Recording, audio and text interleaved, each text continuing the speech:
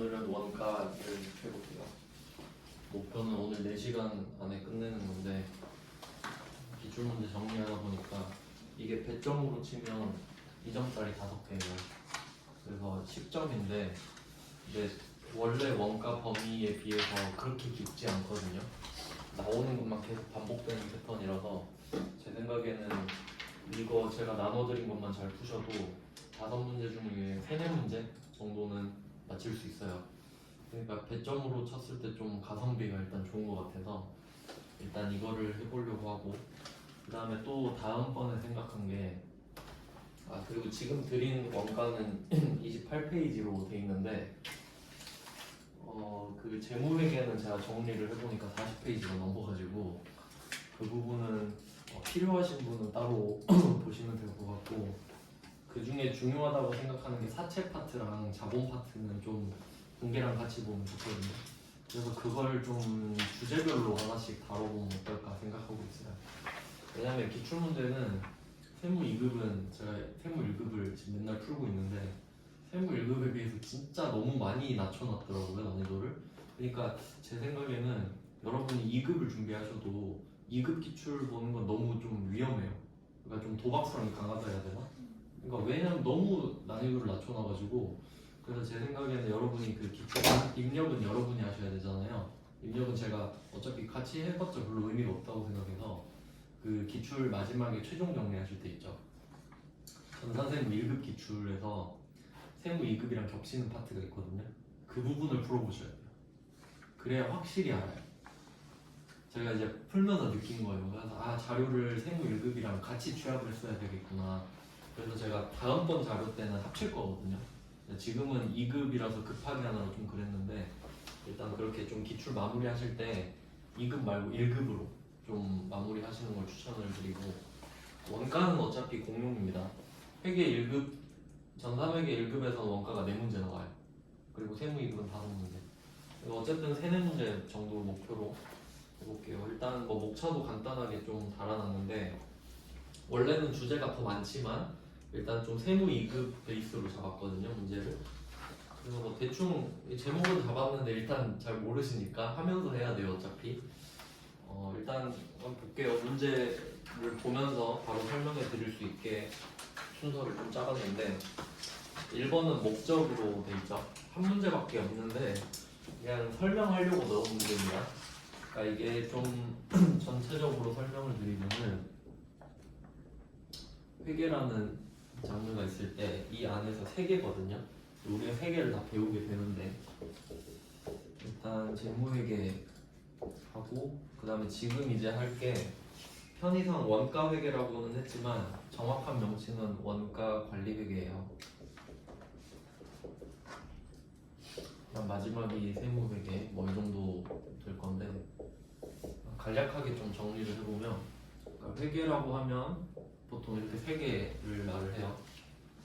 근데 재무회계는 우리가 계속 해봤던 분계 있죠. 뭐 자산, 부채, 자본, 수익, 비용 그런 것들을 기록하는 회계입니다. 그래서 전산회계 1급이 전산 재무회계 1급 뭐 이 정도로 해석할 수 있고요. 그 다음 이제 원가관리회계, 이거는 보통 좀 선택적으로 배우게 되는 게 전산회계 1급에서는 좀 공식적인 범위는 아니거든요. 조금씩 묻어있긴 한데 그래서 회계 1급 때 다루기는 조금 가성비가 안 좋고요. 근데 이제 여러분은 회계 1급 배우시고 세무 2급 정도 왔으면 좀 이제 배우면 좀 들리는 그럴 것 같아서 지금쯤 한번 해봅니다. 이름이 원가 관리회계잖아요. 그러니까 2가지 목적이 있는 건데 첫 번째는 말 그대로 이거 하나 만드는데 얼마가 들었는지 자료를 찾는 거예요. 왜냐면 이게 물건을 우리가 사다가 팔면 두 개 한번 비교해 보면은 주로 이제 그 급으로 나누는 게 전산회계 2급 같은 경우는 전산회계 2급은 상품을 팔아요. 상품을 판다는 소리는 상품을 사와서 그냥 팔거든요. 그러면 내가 만약에 상품을 100원에 사와요. 그럼 이 100원보다 비싸게 팔면 돼요. 그래서 이거를 120원에 팔면 120원 수익 잡고 100원이 비용이 되죠. 그러니까 결론은 상품은 엄청 쉽죠. 사온 가격보다 비싸게 팔면 되거든요. 그러니까 얘는 원가 회계가 필요 없죠. 그래서 전산회계 2급이에요. 근데 이제 전산회계 1급 넘어가면 갑자기 뜬금없이 우리 제조업 되죠. 제품을 팔잖아요. 그럼 제품을 파는데 그 전에 원재료를 사야 되죠. 원재료를 사서 제품을 만들 때 이때 중간에 뭐 제공품도 끼고 그러는데 이때 원가 회계가 필요한 거죠. 그러니까 재료를 얼마나 썼으며 인건비는 얼마가 들었고 전기, 가스, 수도는 얼마가 들었냐, 한 개당 얼마 들었는지 한번 찾아봐라, 이런 거예요. 그래서 원가 회계가 이런 거고요. 관리 회계는 우리 쪽에서는 중요하게 다루진 않는데 이 원가를 가지고 관리하는 거예요. 그러니까 우리가 이 정도 원가가 들어야 되지 않냐, 이걸 평가도 할 수 있는 거죠. 너 너무 원가 많이 썼는데 계획보다. 근데 우리는 그 범위는 안 배웁니다. 일단 그래서 제가 이름을 원가 회계라고 그냥 한 거예요. 그래서 보통 이거 두 개를 좀 비교할 때 어떤 식으로 비교하냐면, 재무회계는 외부 정보 이용자를 타겟으로 한다, 이런 식으로 말을 해요. 그래서 그 삼성전자 재무제표 같은 거는 우리 주주 입장으로 볼 수 있잖아요, 외부 사람들이. 근데 이제 원가 관리 회계 같은 경우는 내부자들 있죠, 회사 사람들. 그러니까 상식적으로 한번 생각해 보시면 삼성전자가 자기들의 매출액은 공개해야 되죠. 나 얼마 팔았어요 자랑해야 되잖아요, 외부 정보 이용자한테. 그게 재무회계예요. 매출액 잡히죠. 근데 삼성전자가 우리 갤럭시 하나 만드는데 원가 얼마 들어요, 이건 공개 안 하죠. 원가는 비밀이잖아요. 그러니까 원가는 안쪽 사람들만 알고 있는 거죠.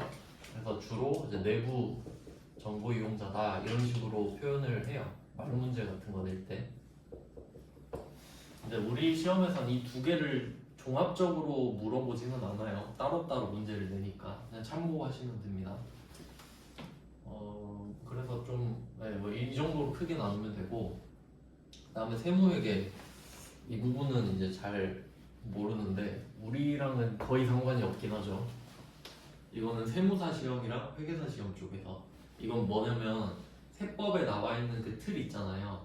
그 계산 공식을 이용해서 직접 계산을 하는 걸 세무회계라고 하는데, 근데 세무가 세금을 내는 걸 세무회계라고 하잖아요. 근데 이때 왜 세금을 내는데 회계가 들어가냐면, 그러니까 원래라면요, 그 장부가 두 개 있어야 돼요. 하나는 회계, 그리고 하나는 세법. 이유를 생각해 볼게요. 하나는 이 회계로 만들려면 외부 정보 이용자한테 정보를 줘야 되니까, 그러니까 우리 매출액이 얼마니까 대출 좀 해주세요, 뭐 이런 용도로 쓰려고 만드는 게 회계장부고요. 그러니까 이 회계장부의 특징은 뭐냐면, 그 우리 회사가 뭐 접대비 같은 거 쓸 때 있잖아요. 그러니까 이제 이름이 기업 업무 추진비로 바뀌었는데, 그러면 회계에서는 그 기업 업무 추진비를 쓰면 그냥 그건 비용이에요. 그냥 회계는 얼마를 벌고 얼마를 썼다만 기록하는 거예요. 그러니까 그런 관점에서 그냥 뭐 수익하고 비용 빼서 이익이 얼마 남았습니다, 이걸 알려주는 기능을 하는 거고요. 세법은 왜 세법용으로 만들겠어요? 세금 내야죠. 그러니까 이거는 정부한테 보여줘야죠. 우리 이런 세법의 절차를 걸쳐서 세금을 내게 됐습니다. 근데 이 두 개가 당연히 다르겠죠. 근데 또 하다 보면 비슷해요. 왜냐면 이 두 개를 완전 딴판으로 만들어 놓으면 회사가 힘들잖아요. 장부를 두 개 만들어야 되니까. 그러면 이 두 개를 만들기가 힘드니까 어떤 방법을 선택하냐면, 회계 이것만 제대로 딱 만들어요. 그러면 회계 용도로 하나 쓸 수 있죠. 그럼 이제 세법 용도로 하나 또 만들어야 되잖아요. 그럼 얘는 이제 어떻게 하냐면 이 둘의 차이만 찾아요. 차이만. 이게 정말 무서운 말인데, 이 두 개의 차이를 찾을 수 있다는 건 이 두 개를 각각 다 알아야 된다는 소리입니다. 맞죠? 그러니까 전산 세무 1급 넘어가면 법인세랑 회계 다 알아야 문제 풀 수 있거든요. 그래야 조정을 할 거 아니에요. 그래서 이 차이를 조정하게 되는 거예요. 차이가 나는 부분만 더하고 빼는 겁니다. 그래서 그런 거를 뭐 입금산입, 송금산입 뭐 이런 식으로 표현하는데, 우리 범위는 일단 아니니까 그냥 참고로 이게 조정하는 방법이라는 걸 알고 계시면 돼요. 참고로 전산세무 1급은요, 여러분도 저는 충분히 도전할 만하다고 생각하는 게 이 법인세 파트가 30점 배점이거든요. 그러면 이론상으로 생각해봐요. 나머지 70점은 회계 1급, 세무 2급을 완벽하게 마스터하면 맞출 수 있단 말이에요. 그래서 저도 지금 세무 1급 풀고 있는데 법인세 파트 하나도 안 풀어도 60점 이상 나와요. 그럼 법인세 그냥 30점 중에 한 10점 조금 넘게 맞으면 합격할 수 있는 거잖아요. 물론 실무에서는 실제 지식이 중요하지만 일단 자격증도 중요하니까. 그래서 제가 봤을 때는 세무 1급도 여러분이 가까운 시일 내가 아니더라도 좀 염두에 두고 생각하고 공부하시면 훨씬 좀 장기적으로 유리하지 않나.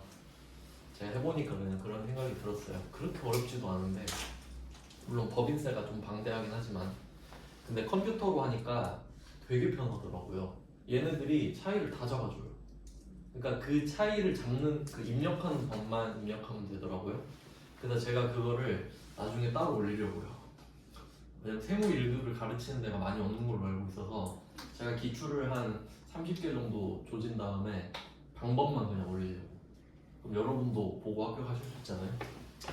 하여튼 뭐 세무회계는 이렇습니다. 그러니까 우리랑은 별로 상관이 없고, 그러니까 세무회계랑 세법은 다른 거죠. 근데 우리는 세법을 배우죠. 세무회계를 배우진 않고. 그래서 대충 개괄하면 이렇고, 이제 원가를 해보겠습니다.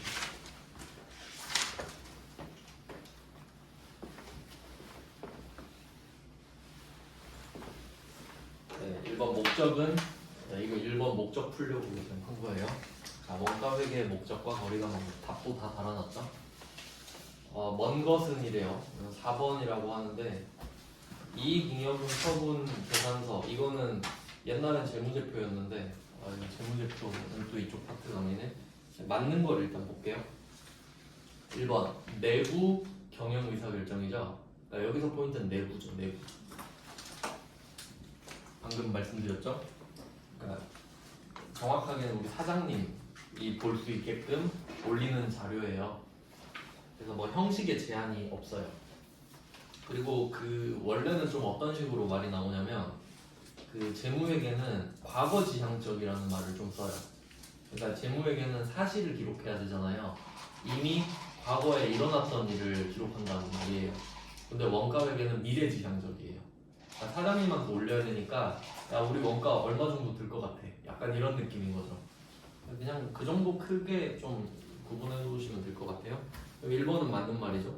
그러면 반대로 1번의 반대는 외부 경영 의사결정이고 정보이용자겠죠? 그건 재무회계. 이렇게 비교를 할 수가 있는 거예요. 그 다음에 2번은 원가 통제인데, 여기서 통제라는 말이 나오면 관리랑 좀 상관이 있는 거죠. 그러니까 우리가 계획을 세우고 그 계획에 맞게 원가를 썼는지, 적게 썼으면 잘했다고 칭찬해주고 많이 썼으면은 좀 뭐라 그러고, 이런 게 이제 통제 정도가 되겠죠.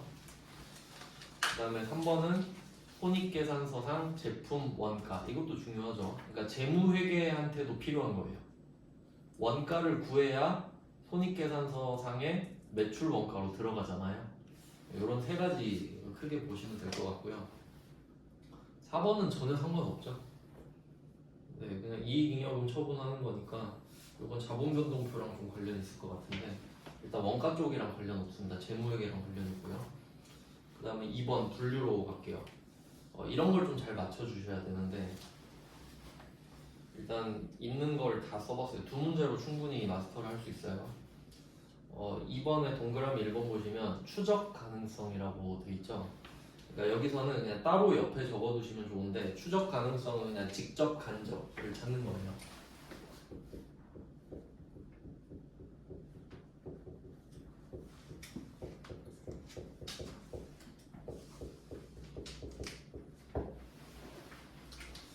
일단 직접 간접 이렇게만 따로 요약해 두시고요. 목록을 좀 다 본 다음에 한 번에 설명해 드릴게요. 근데 이게 찾기가 좀 쉽죠. 추적 가능성은 그냥 직접 간접 외우면 되니까. 그러면 1번은 맞는 거네요. 다 직접 간접 들어가 있죠. 그것만 표시해 두셔도 좋고요. 그 다음은 2번 제조 원가의 요소. 이건 마지막에 봐야 됩니다. 3번 원가 행태. 이게 시험에 진짜 잘 나옵니다. 그러니까 행태를 따로 빼놨는데 문제가 엄청 많아요. 원가 행태.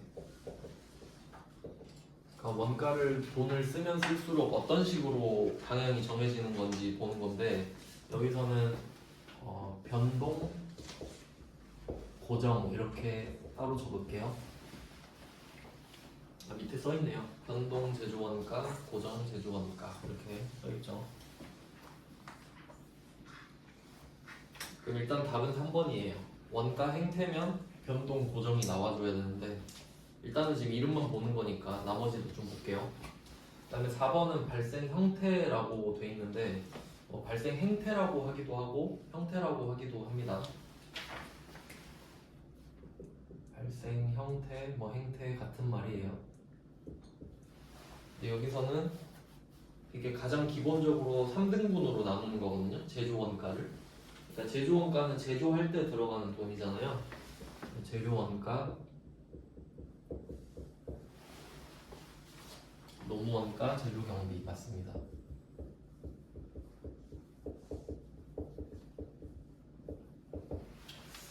네, 뭐 이런 식으로 되는데, 근데 보통 이렇게 따로 세분화하진 않고요. 이 추적 가능성이랑 발생 형태를 묶어요. 이렇게 묶어서 쓰거든요.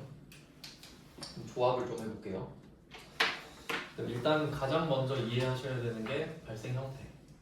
그러면 우리가 뭔가 원재료를 사서 제품을 만들어낼 때 재료가 필요하겠죠. 그 다음에 인건비도 들어갈 거고, 뭐 가스, 전기 이런 거 들어갈 거잖아요. 그러니까 이 세 개를 합친 거, 이게 제조 원가거든요. 그러니까 제조 원가가 어떻게 발생하는지에 따라 나누는 거죠. 그러니까 가장 기본적인 거고, 근데 이제 여기에 추적 가능성이 붙으면은 합쳐서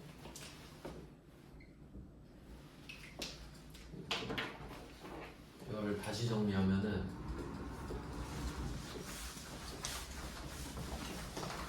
이렇게요.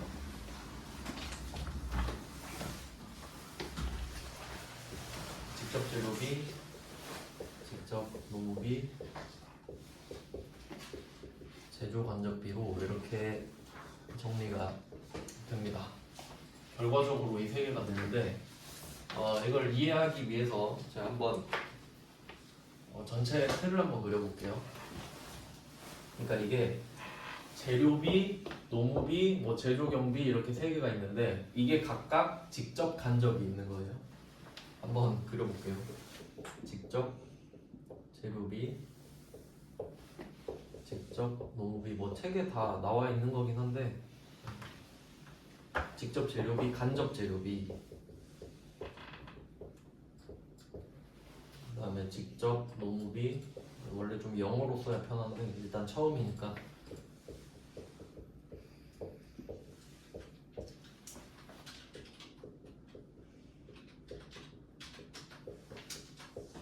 그러니까 이 발생 형태에 따라 나오는 이 세 가지를 각각 직접 간접으로 나누는 거예요.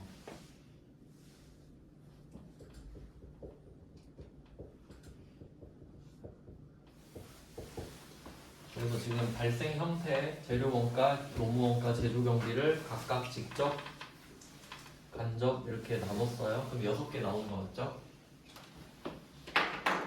근데 이거를 이 중에 직접 재료비 1개를 아예 따로 빼고요. 간접 재료비 치워버리고 직접 재료비만 1개를 쏙 빼는 거예요. 그리고 직접 노무비도 1개를 쏙 빼요. 그리고 나머지 4개 남죠? 그러니까 이게 좀 어떤 느낌이냐면, 직접 재료비, 간접 재료비 차이가, 예를 들어 뭐 기아 자동차로 한번 해볼게요. 기아 자동차에서 뭐 광주에서 스포티지 한 대 만든다라고 하면은, 그 스포티지만 만드는 분 있죠.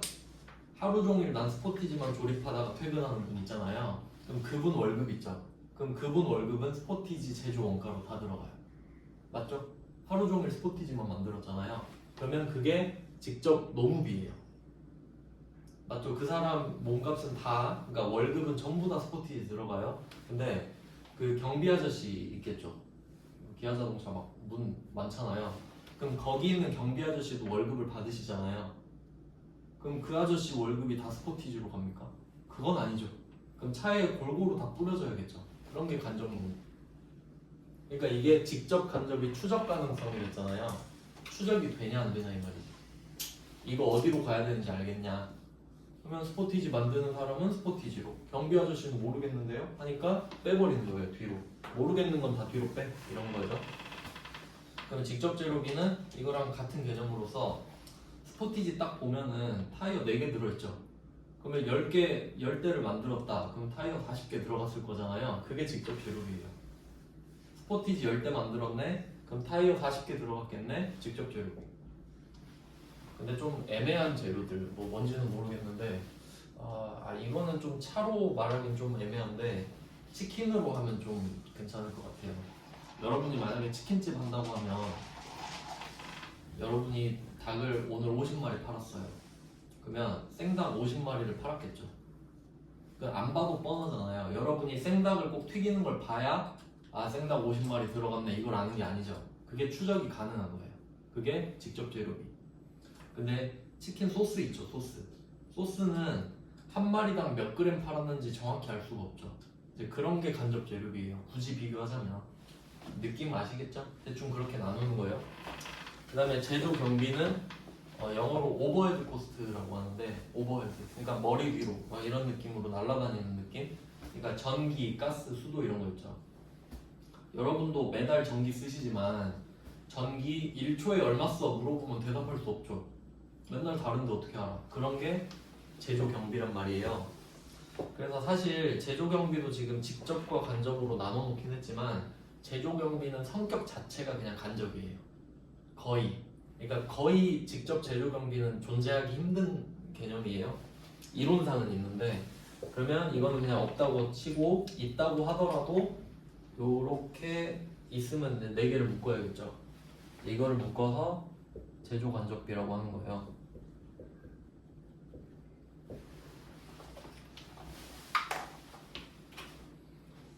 그래서 3개가 되는 거예요. 직접 재료비, 직접 노무비, 제조 간접비.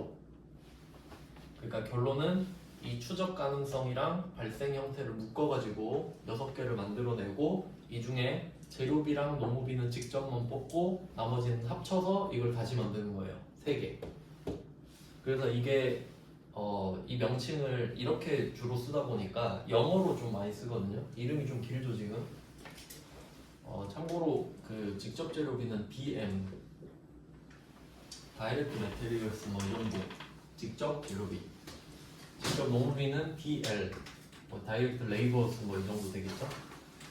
그다음 제조 간접비는 OH라고도 하고 OHC라고도 해요. 오버헤드 코스트이니까. 대충 이렇게 줄여서 좀 많이 써요. 글자 쓰기가 너무 시간이 오래 걸리니까. 네, 이런 식으로 정리를 하고요. 그러면 3개 지금 정리했잖아요. 이제 이걸 그 문제 2번에 동그라미 2번 보시면 요소라고 돼 있죠. 네, 요소라고 그냥 따로 불러요. 이걸 직제, 직노, 재간 이런 식으로 부르거든요. 그래서 최종 결과물 주로 이렇게 우리는 보게 될 겁니다. 그러면 2번 문제는 다 본 거죠.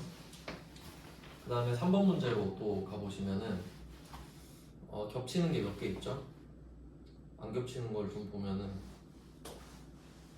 3번 틀렸죠. 이제 이거 하나 풀면 다 알 수 있잖아요. 3번에서는 4번만 보면 돼요. 의사결정과 관련성, 관련원가, 비관련원가. 이거는 사실 그냥 들러리고요. 우리한테 중요한 거는 기회원가랑 매몰원가. 이 2개는 시험에 엄청 잘 나옵니다. 기회원가, 매몰원가. 아마 좀 일상에서도 들어보신 분도 있을 텐데 저는 잘 쓰거든요. 아주 즐겨 쓰는데 좀 못 알아들으시는 분들도 있어요. 근데 이거는 이 원가랑 경제 쪽에서 좀 쓰는 말입니다. 뒤에 나오니까 뒤에서 설명드리는데 일단 이렇게 하고 넘어가면 될 것 같습니다. 뒤쪽에 자세히 나오니까. 자, 일단 전체적으로 본 겁니다. 지금 분류를 어떤 식으로 나눌 수 있냐. 다시 이제 나누는 거죠. 그럼 2페이지로 넘어가 보시면 4번이죠. 추적 가능성. 그럼 이제 바로 맞힐 수 있죠. 직접 간접 찾으면 되는 거예요. 1번이 답입니다. 그 다음은 2번. 2번은 제가 파란색 글씨로 쓴 거죠. 추적 가능성이랑 발생 형태를 합쳐놓은 게 제조 원가 요소다. 직제, 직노, 재간 이렇게 됩니다. 바로 문제 풀어볼게요. 5번. 잘못 분류된 거를 찾으라고 합니다. 1번 타이어, 직접 재료비 맞죠? 스포티지에 타이어 몇 개 들어갔어? 안 봐도 뻔하죠. 그 다음 2번 공장장애인. 이게 경비 아저씨랑 비슷한 느낌이에요. 왜냐면 스포티지를 만드는 그 사람은 스포티지 월급이 다 들어간다 했잖아요. 근데 공장장은 그 사람이 조립하진 않죠. 공장에서 지시하는 사람이잖아요. 간부잖아요, 간부. 그러니까 2번 답 밑에 해설 나왔죠. 간접 노무비. 그래서 옆에 비슷한 내용으로 경비 아저씨. 경비 아저씨랑 공장장은 비슷한 느낌이에요. 또 엔지니어 이런 사람도 마찬가지겠죠. 그러니까 좀 뭔가 애매한 사람들 거는 다 간접으로 빼는 겁니다. 그 다음에 3번 망치, 못 등의 소모성 비품. 이거는 차 한 대당 정확히 못이 몇 개 들어가는지 모르잖아요. 왜냐면 이게 더 들어가는 것도 있고 안 들어가는 거 약간 좀 수리비 쪽으로 뺀 것 같은데. 그 다음에 4번 공장 내 의무실에 근무하는 의사. 이분이 이제 경비 아저씨랑 비슷한 거죠. 그러니까 제조 간접비로 결국 빠지잖아요. 간접 노무비는 제조 간접비가 되니까. 네, 이 정도 맞히실 수 있어야 되고요. 그 다음에 6번 이건 완전 보너스 문제입니다. 이거 근데 한 개는 좀 외우셔야 되는데 지금 이게 직제, 직노, 재간이 결과물이라고 말씀드렸잖아요. 여기서 이제 또 얘네들을 주로 쓰다 보니까 여기서 파생되는 개념이 또 있어요. 세트로 묶어서 말해요. 자, 이 두 개를 일단 묶어볼게요. 직제, 직노를 묶어서 표현하는 말이 있어요. 이거를 기초 원가라고 합니다. 시험에 엄청 잘 나와요. 기본 원가라고도 하고요. 이 두 개를 묶어서 기초 원가 또는 기본 원가. 왜냐하면 제조를 할 때 가장 기본적인 거니까. 재료랑 사람이. 그 다음에 또 직접 노무비랑 제조 간접비를 묶어서 부르는 표현이 이걸 뭐라고 하더라? 변동원 아니 전환원가, 가공원가. 어차피 둘이 같은 표현입니다. 순서는 상관없어요. 전환원가, 가공원가 이렇게 불러요. 이유는 우리가 제조업인데 원재료를 사오잖아요. 그럼 이때 인건비랑 뭐 가스, 전기, 수도 이런 게 있어야 원재료가 제품으로 전환되죠. 그리고 원재료를 제품으로 가공하죠. 뭐 이런 느낌이에요. 그래서 이렇게 부르는 거 알고 있냐 물어보는 게 엄청 많이 나옵니다. 그냥 지식형 문제니까. 그냥 여기 포인트는 두 가지로 분류를 했을 때 노무비는 껴있죠. 그러니까 문제 이제 6번 보시면 기본 원가에 해당하면서 동시에 가공 원가에 해당하는 것은 가운데 있는 애겠죠. 직접 노무비 바로 찍으면 맞는 겁니다. 그리고 뭐 직접 노무 원가랑 직접 노무비는 같은 표현이니까 밑에 써놨네요. 근데 물론 이렇게 해설처럼 그냥 한 줄로 써서 보셔도 되지만 저는 이렇게 좀 그림으로 외우시는 게 잘 외워진다고 생각해요. 그 다음에 7번으로 바로 가보겠습니다. 해당 항목에 포함되는 거 틀린 거 찾는 거예요. 이런 건 조금 헷갈릴 수 있어요. 7번은. 그럼 기본 원가는 먼저 딱 생각하세요. 기본 원가는 앞에 두 개다. 직제, 직노다. 직제, 직노. 그럼 쭉 보는 거예요. 다 맞죠? 그 다음에 가공비. 가공비는 가공 원가입니다. 같은 말입니다. 직노, 재간을 떠올려야겠죠. 그리고 훑어보니까 3번이 틀렸네요.